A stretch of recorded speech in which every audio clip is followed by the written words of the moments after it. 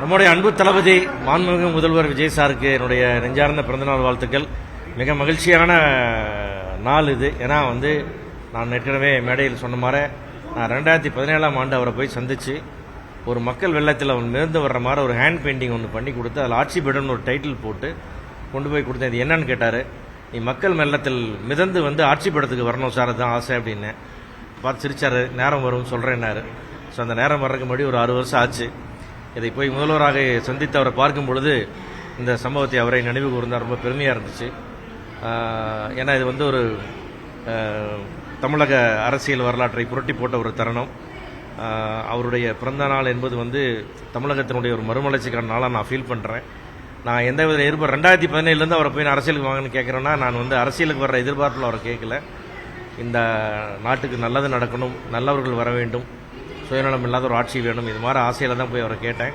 அது இன்றைக்கி நடந்துட்டு பார்க்கும்போது எனக்கு பெருமையாக இருக்குது. அதனால தான் முதல்வருடைய விழா நடக்கும் பொழுது அவருடைய முதல் விழாவை நான் செய்யணும்னு ஆசைப்பட்டேன்.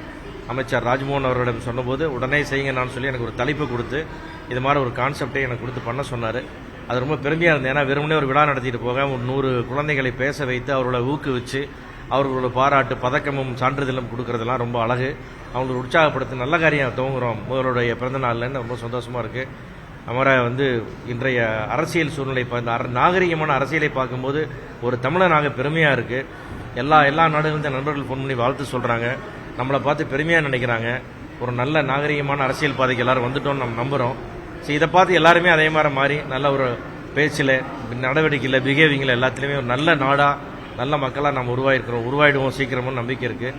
ஒரு நல்ல வளமான தமிழகத்தை காணப்போன நம்பிக்கை இருக்குது. அதனால் அந்த நன்றியை சொல்கிறதுக்காக தான் நான் முதல்வருக்கு இந்த விழாவை ஏற்பாடு செஞ்சேன்.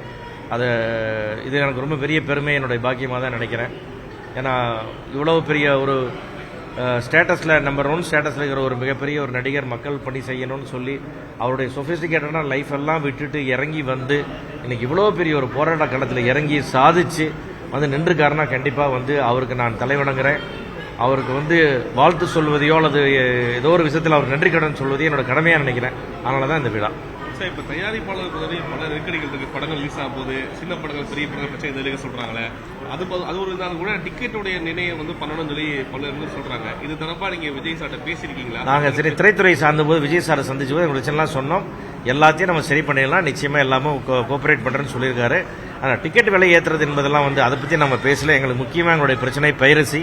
இந்த பைரசி கண்ட்ரோல் பண்ணுறதுக்கு எங்களுக்கு பெரிய ஒரு ஸ்பெஷல் விங் ஒன்று வேணும்னு கேட்டிருக்கோம், பண்ணித்தரேன்னு சொல்லியிருக்காங்க. அந்த மாதிரி எங்களுடைய ப்ராக்டிக்கலான பிரச்சனைகள், படப்பிடிப்பில் வர்ற பிரச்சனைகள், இதையெல்லாம் நாங்கள் நிறைய கேட்டிருக்கோம். எல்லாமே தொகுத்து கொடுக்க சொல்லி ராஜ்மோகன்ட்ட கொடுங்க, எல்லாமே பண்ணிடலான்றாரு. அமைச்சர்ட்டையும் கொடுத்துருக்குறோம். மிக விரைவாக எங்களுக்கு தீர்வு கிடைக்கும். ஏன்னா ஒரு உலகத்தில் எந்த தொழில் எடுத்தாலும் ப்ரியாரிட்டின்றது உடனே சினிமாவுக்கு வராது. அது மக்கள் பிரச்சனைகள் நிறையா இருக்குது. அது ஒன்றா வருவாங்க. அவங்களுக்கு கொஞ்சம் கால அவகாசம் கொடுத்தா எல்லா பிரச்சனையும் தீர்க்கிற மாதிரி எங்கள் பிரச்சனையும் தீர்த்து கொடுப்பார் முதல்வர். அதில் எங்களுக்கு எந்த சந்தேகமும் இல்லை. மிகுந்த நம்பிக்கையோடு நாங்கள் காத்திருக்கிறோம். கடந்த காலம் என்ன நெருக்கடிகள் ஃபேஸ் பண்ணப்பட்டது சார் நம்ம துறையில்? இல்லை சார், நெருக்கடிகள்ன்றதே இல்லை. நெருக்கடிகள் நாங்கள் உருவாக்கிக்கிறது தான், நம்ம உருவாக்கிறது. அதை பற்றியே நான் இனிமேல் எப்படி இருக்கணுன்றதான் எங்கள் தளபதியோட நோக்கம். யாரையும் குறை சொல்லாதீங்க, யாரையும் திட்டாதீங்க, ரிவர்ஸில் போய் எதையும் பேசாதீங்க. என்ன வேணும், என்ன செய்யணும், இதுதான் அவருடைய பாதையாக இருக்குது. அதைத்தான் எங்களுக்கும் அட்வைஸ் பண்ணார். நம்ம யாருடைய தவறையும் பேச வேண்டாம், குறைகளையும் பேச வேண்டாம். உங்களுக்கு என்ன வேணும் சொல்லுங்கள், அதை நாங்கள் செய்யணுன்றிருக்காங்க. அது நிச்சயமாக பாசிட்டிவாக எங்களுக்கு எல்லாமே இருக்குது எங்களுக்கு. அதனால தான் நான் சொல்கிறேன். இல்லை அதெல்லாம் நாங்கள் கேட்கல. நாங்கள் அந்த மாதிரி அவர் எந்த தொந்தரவும் பண்ணுற ஐடியாலே நாங்கள் இல்லை. ஏன்னா அவருடைய வேலைகள் பலமாக இருக்குது. இந்த நேரத்தில் பாராட்டலாதுன்னு சொல்லி அவர் கவனத்தை சீரழிக்கோ நேரத்தை வீணடிக்கோ நாங்கள் விரும்பலை. அவருடைய பணியை அவர் பாட்டு செஞ்சுட்டு இருக்கோம். ஒரு வருஷம் அவர் நிம்மதியாக வேலை பார்த்து இந்த நாட்டுடைய தலையாய பிரச்சனைலாம் தீர்த்துட்டு வரட்டும். அப்புறம் நாம் நிச்சயமாக எல்லா மாதிரி விளையாட்டு நம்ம எடுக்கக்கூடாது இல்லை, அவர் தொந்தரவு பண்ணக்கூடாதுன்றதான் உண்மை. அவர் கண்டிப்பாக ஒரு வருஷத்தில் இந்த தமிழ்நாட்டில் மிகப்பெரிய மாற்றத்தை கொடுத்து அது மாபெரும் புரட்சி ஒன்றை உருவாக்கி விடுவார். வந்ததே புரட்சி, இனி செய்ய போறது மாபெரும் புரட்சி. இப்போ எல்லாமே அரசு எதிர்பார்த்து ஜனநாயகம் படம் ரிலீஸ் ஆகுமா அப்படி எதிர்பார்த்துட்டு இருக்காங்க. ஆமா, அது என்னன்னு கேட்டீங்கன்னா அதை பற்றி பலமுறை நாங்கள் அறிக்கைகளாக கொடுத்து விட்டோம். சென்சார் அதிகாரிகளோட பேசி பார்த்துட்டோம்.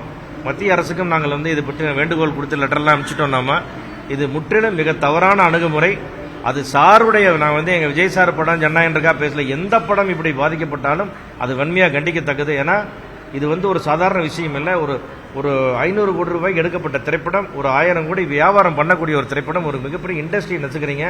இதில் கிட்டத்தட்ட ஒரு 30 கோடி ரூபாய் தொழிலாளர்களுக்கு வர வேண்டிய பணம் பாக்கி நிற்குது. தொழிலாளர்களுடைய வாழ்வாதாரம் பாதிக்கப்பட்டு நிற்குது. இதுபோல் எங்களுடைய டிஸ்ட்ரிபியூட்டர்ஸ்லாம் வந்து ஒரு 80 கோடி ரூபாய் பணத்தை அதில் கொடுத்துட்டு வட்டிக்கு வாங்கி கொடுத்துட்டு எல்லாரும் தவிச்சிட்டு இருக்கிறாங்க. இப்படி வந்து இது ஒரு தனிநபர் பிரச்சனையாலாம் யாருமே இதை பார்க்க வேண்டாம். இது ஒரு தொழில், இது ஒரு 100 குடும்பங்கள் சம்பந்தப்பட்ட விஷயம். அன்ற முறையில் மத்திய அரசும் சென்சார் போர்டும் இது ஒரு தொழிலாக கருதி இதை பார்க்க வேண்டும்.